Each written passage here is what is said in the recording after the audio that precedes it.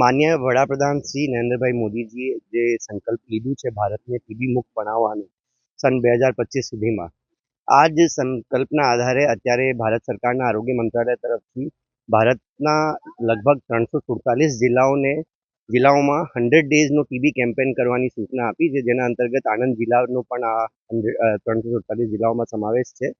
ગુજરાત રાજ્યના 16 જેટલા જિલ્લાઓમાં અત્યારે 100 દિવસનો ટીબી મુક્ત જે જિલ્લો બનાવવાનું છે. આના માટે ટીબીને લગતી લોકો સુધી માહિતી પહોંચાડવાની, ટીબીને લગતું અવેરનેસ પહોંચાડવાનું, જે ટીબીના દર્દીઓ છે આ દર્દીઓમાં પોષણ સ્તર કઈ રીતે વધી શકે અને નવા ટીબીના પેશન્ટ આઈડેન્ટિફાઈ કરવાના.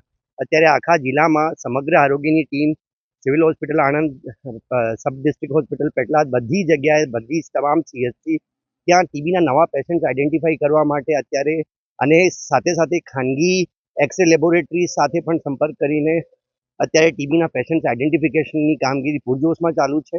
આજે આ જ અવેરનેસના ભાગરૂપે આજે આણંદ વહીવટી તંત્ર તરફથી, જિલ્લા આરોગ્યની ટીમ તરફથી અને મીડિયાના મિત્રો અને આરોગ્યની ટીમ સાથે ક્રિકેટ મેચનો પણ આજે અહીંયા એલિકોન ગ્રાઉન્ડ ખાતે આયોજન કરવામાં આવ્યું છે.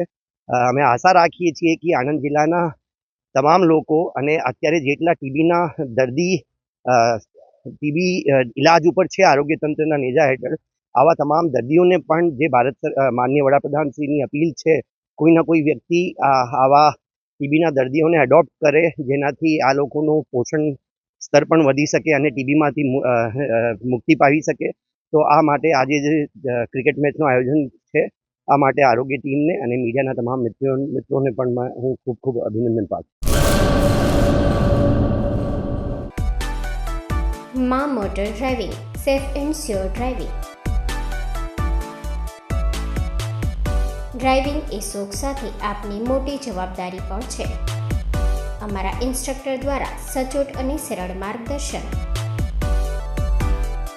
આપની રોજની તાલીમની માહિતી મેળવીને શું અધુરાશ છે એના ઉપર પૂરું ફોકસ કરાય છે.